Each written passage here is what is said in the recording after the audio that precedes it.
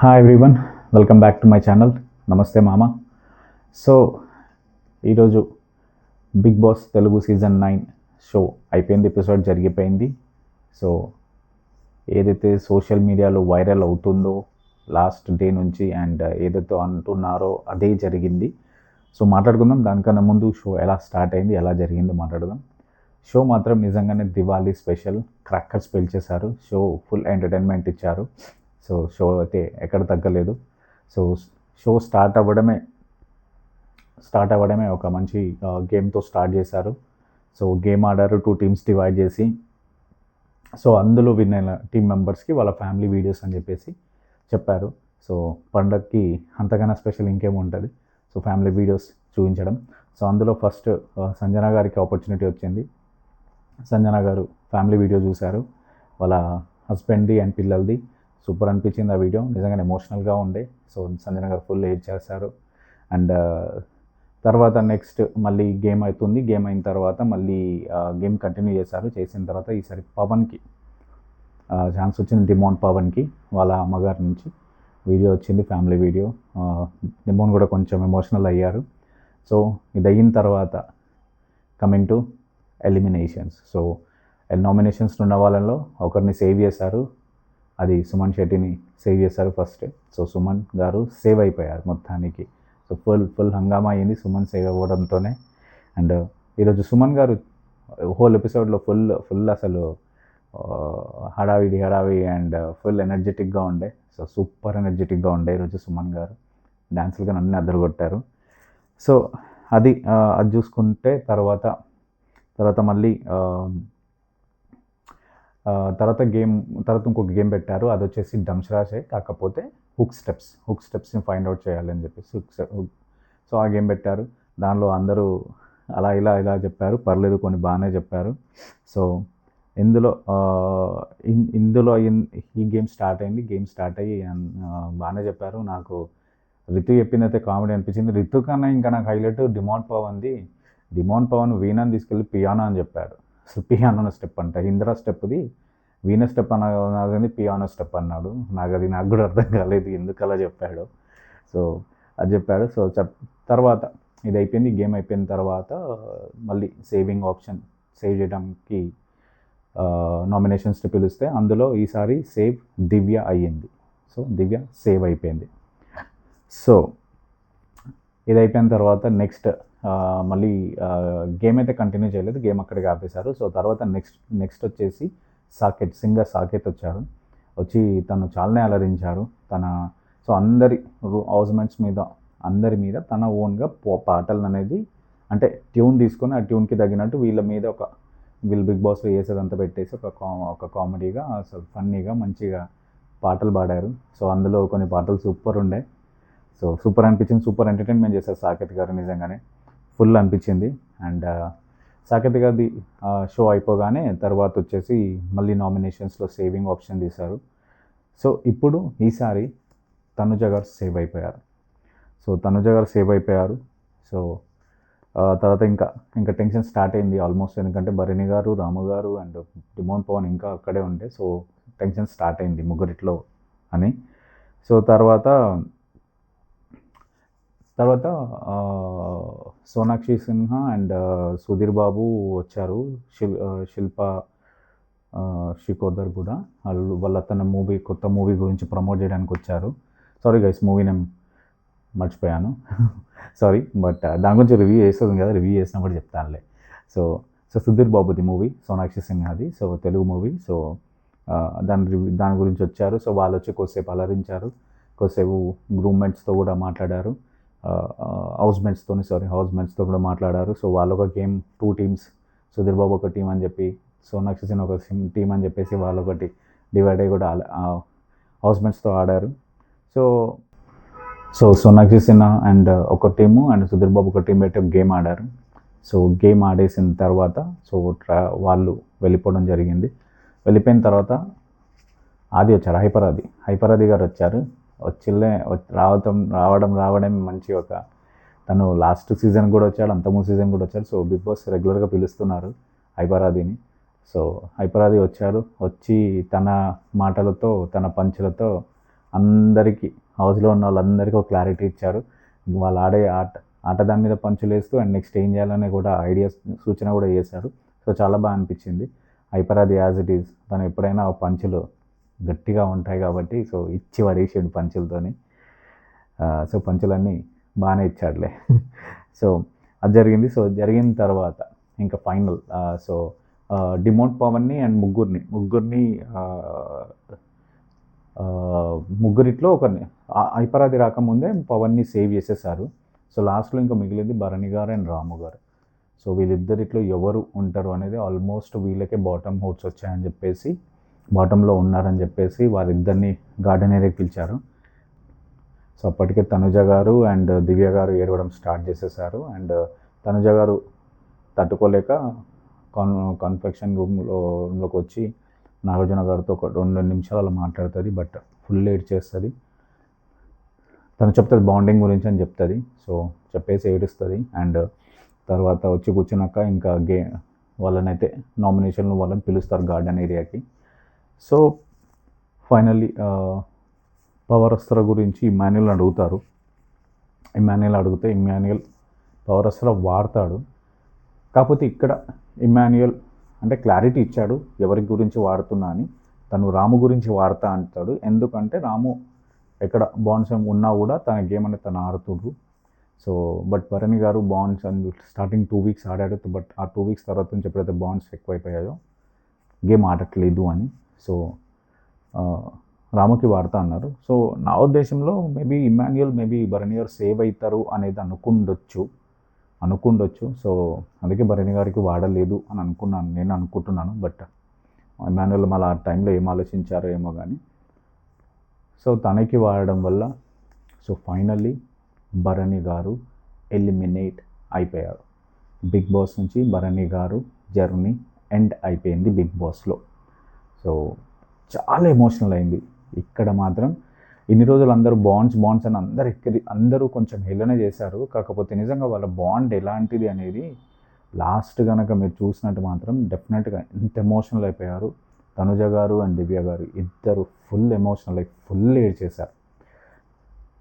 Guys నాకు అనిపించింది ఏంటంటే బాండ్స్ అని చెప్పేసి అందరం బాండ్లు పెట్టుకొని ఆడట్లేదు అని చెప్పేసి అన్నాము. సో ఒకరు బాండ్స్ పెట్టుకున్నారా లేదా అనేది వాళ్ళ పర్సనల్ అది. కానీ దాన్ని పట్టుకొని మనము లాగేసి సో ఫైనల్లీ అయితే తను వెళ్ళిపోయాడు. ఇంకా భరణి గారు వెళ్ళిపోయారు. సో నేను ఇక్కడైతే భరణి గారికి సపోర్ట్ చేస్తున్నా లేకపోతే గేమ్ ఆడట్లేదు అని కాదు. గేమ్ ఆడాలి, కాకపోతే ఒక పాయింట్ని పట్టుకొని ఇలా లాగొద్దు. బాండ్స్ అనేది నిజంగా వచ్చిన ఆయిష కానీ లేకపోతే మాధురి గారు అందరూ కూడా బాండ్లు పెట్టుకున్నారు అని చెప్పి అసలు బాండింగ్ మీదనే ఈ సీజన్ మొత్తం నిజంగా ఫస్ట్ హాఫ్ ఎలా ఉందంటే ఈ సీజన్ అయితే నాకు అర్థమై ఫస్ట్ హాఫ్ మొత్తం కామనర్స్ వర్సెస్ సెలబ్రిటీస్ అనుకుంటూ వచ్చారు. ఇప్పుడు బాండ్స్ గేమ్ అని చెప్పేసి బాండింగ్ అని చెప్పేసి బాండింగ్ నాన్ బాండింగ్ అనే గేమ్ ఒకటి తీసుకొచ్చారు. సో ఇప్పుడు బాండ్స్ ఆల్మోస్ట్ భరణి గారు వెళ్ళిపోయారంటే నాకు తెలిసి ఇంకా డన్. మాట్లాడతాను దీని గురించి. సో ఫైనల్ ఏమైందో కంక్లూజన్ ఇద్దాము దీనికి. షో ఏం జరిగింది. సో భరణి గారు వెళ్ళిపోయారు, స్టేజ్ మీదకి వచ్చారు. స్టేజ్ మీదకి వచ్చిన తర్వాత తను అందరితో మాట్లాడిండొచ్చు. బట్ మనకైతే టెలివిజన్లో ఎపిసోడ్ చూపించిన దాంట్లో తనుజ గారితో ఇమాన్యుల్తో ఫస్ట్ మాట్లాడారు, తర్వాత తనుజ గారితో మాట్లాడారు, దివ్య గారితో మాట్లాడారు, పవన్తో మాట్లాడారు, అంతే. తర్వాత ఫైనల్ బాయ్ చెప్పేసి వెళ్ళిపోయారు. సో మొత్తానికి భరణి గారి చాప్టర్ బిగ్ బాస్లో ఎండ్ అయిపోయింది. సో రేపటి నుంచి ఎలా ఉంటుందో గేమ్ చూడాలి, ఎలా ఉంటుంది, ఎలా ఆడతారు అందరూ చూడాలి. సో ఇప్పటి నుంచి అందరు అంటున్నట్టు తనుజ గారు అండ్ దివ్య గారి ఆట ముందుకు వెళ్తుందా లేకపోతే వెనక్కి అవుతుందో చూడాలి. అండ్ ఈ మధ్యలో ఒక చిన్న థింగ్ జరిగింది. చిన్న టాస్క్ లాంటిది ఒకటి చేశారు. అది చేదు లడ్డు తినిపించడం అనేది. అందులో ఒక పాయింట్లో కళ్యాణ్కి తనుజ గారు వచ్చేసి కళ్యాణ్కి ఆ చేదు లడ్డు ఇస్తారు. ఎందుకంటే ఏదేదో అనుకొని నువ్వు అలా డైవర్ట్ అవ్వద్దు, నువ్వేంటో నాకు తెలుసు, నేనేంటో నీకు తెలుసు అన్నట్టు ఒక స్ట్రాంగ్ పాయింట్గా, అంటే వాళ్ళిద్దరి గురించి ఏదైతే వైరల్ అవుతుందో అండ్ వాళ్ళిద్దరిని ఎలా అయితే అందరూ అంటున్నారో, ఏదైతే రమ్య కానీ మాధురి గారు ఏదైతే పాయింట్ అన్నారో దానికి చెక్ మేట్ చేసింది తనుజ గారు. చాలా స్ట్రాంగ్గా నిలబడి చాలా స్ట్రాంగ్గా అన్నారు. ఎవరేమనుకుంటే సంబంధం లేదు, నేనేందో నీకు తెలుసు, నీకేందో నువ్వేందో నాకు తెలుసు అనే క్లారిటీ ఇచ్చేసి ఫుల్ స్ట్రాంగ్ లేడీ అనిపించింది ఈరోజు అయితే తనుజ గారు. అది నాకు బాగా అనిపించింది. సో ఇది ఈ వారం జరిగిన బిగ్ బాస్లో. సో ఫైనల్లీ అంటే కొంతమంది రివ్యూస్ ఇవ్వడము అంటే, నా ఉద్దేశంలో రివ్యూస్ ఇవ్వడము అంటే నా ఉద్దేశం, మేబీ నేను తప్పై ఉండొచ్చు, ఎందుకంటే చిన్న ఛానల్ ఇప్పుడేమో రీసెంట్గా స్టార్ట్ చేశాను, నాకు అంత ఎక్స్పీరియన్స్ లేదు. బట్ నాకు అనిపించింది ఏంటంటే, రివ్యూ ఏంటంటే ఒక జరిగిన దాన్ని మన కోణంలో చూసి చెప్పడం అనేది. కానీ ఇప్పుడున్న రివ్యూస్ ఎలా ఉన్నాయంటే, జరగక ముందే దాన్ని వాళ్ళ కోణ దృష్టి వాళ్ళ యాంగిల్లో చూసి చెప్పడం. దానివల్ల నిజంగానే కొంతమంది డైవర్షన్ అయిపోతున్నారు, ఇన్ఫ్లుయెన్స్ అయిపోతున్నారు రివ్యూర్స్కి. ఇప్పుడు ఏమంటున్నారంటే, కొంతమంది ఆల్రెడీ పెట్టారు, మా వల్ల వెళ్ళిపోయానని చెప్పేసి అంటున్నారు. అది కాదు అని. మీ వల్ల వెళ్ళిపోయారా లేదా అనేది కాదు, బట్ మీ వల్ల కొంచెం ఎఫెక్ట్ అయ్యే గేమ్లో ఇలాంటి చేంజెస్ జరుగుతున్నాయి. అండ్ ఇంకొకటి, పాజిటివ్ ఉన్నాయి, నెగిటివ్స్. రివ్యూస్ వల్ల పాజిటివ్ ఉంటుంది, నెగిటివ్ ఉంటుంది, బట్ అది ఒక బార్డర్ లైన్ ఉంటుంది. అది మనం అర్థం చేసుకోవాలని నా ఒపీనియన్. అండ్ ఇంకొక మాట కూడా చెప్పాలి నేను అనుకున్నాను. ఏంటంటే, ఇప్పుడు హౌస్లో ఉన్న వాళ్ళు ఒక రివ్యూవర్, ఇప్పుడు నేను ఒక రివ్యూ ఇస్తున్నా. సో నాకు నచ్చినట్టు ఆడితేనే ఆ పర్సన్ కరెక్టా? ఆ పర్సన్ వైజ్గా ఆడతాడు.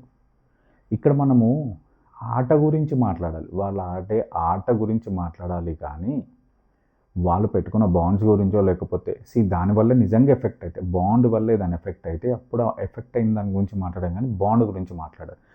మీరు లాస్ట్ 2 వీక్స్లో కనుక రివ్యూస్ చూస్తే, ఏ రివ్యూర్ అయినా చూడండి, వీళ్ళ బాండ్స్ గురించి, అసలు రివ్యూలో మోస్ట్ ఆఫ్ ద టైం వీళ్ళ బాండింగ్ గురించే ఉంటుంది. అది వాళ్ళ పర్సనల్, అది వాళ్ళ ఆట తీరేమో కదా, అది మనం జడ్జ్ చేయొద్దు. ఆడుతుందని చెప్పడం ఒకసారి ఓకే, 2 సార్లు ఓకే, బట్ అదే మాటని మొత్తం ఇప్పుడు నా అంటే మనకు నచ్చకపోతే అది మన ప్రాబ్లం, అది వాళ్ళకి కాదు కదా. అంటే మనం ఏది పిలవాలనుకుంటూ మనం వాళ్ళకి చెప్పాలనా? ఆడేవాళ్ళు వాళ్ళ ఇష్టం, వాళ్ళు ఎలా ఆడతారు. నీకు నచ్చితే ఓకే, లేకపోతే నువ్వు రివ్యూ ఇస్తే గేమ్ గురించి రివ్యూ, ఆ రోజు జరిగిన దాని గురించి రివ్యూ ఇస్తే బాగుంటుంది. అంతేగాని ఎంటైర్ది పట్టుకొని వచ్చేసి వాళ్ళు ఎవరితో ఉండాలి, ఎవరితో ఉండొద్దు అని చెప్పి మనమే డిసైడ్ చేస్తాం. వాళ్ళ ఆట మనం ఆడాలన్నా, వాళ్ళ ఆట వాళ్ళు ఆడతారు. నాకు నిజంగా ఇది కరెక్ట్ అనిపించలేదు. ఇప్పుడు మళ్ళీ రివ్యూస్లో పెడుతున్నారు కొంతమంది, మా వల్ల వెళ్ళిపోయిందని అంటున్నారంటే, నేను మీ వల్ల వెళ్ళిపోయిందని అనట్లేదు. నా పాయింట్ ఏంటంటే క్లియర్, మనం రివ్యూ ఇచ్చే వాళ్ళం, రివ్యూ ఇద్దాం అంతే. వాళ్ళ ఆట ఎలా ఆడారో దాని గురించి రివ్యూ ఇవ్వడం మంచిది. బిగ్ బాస్ ఎలా ఉండాలో అలా ఉంటుంది. ఎవరు ఏం చెప్పినా బిగ్ బాస్ ఎలా ఉండాలో, ఎలా రూల్స్ పెట్టుకోవాలో, ఎలా చేయాలని వాళ్ళ ఇష్టం అది. దాని మీద ఆధారపడి మనం రివ్యూ చేస్తున్నాం.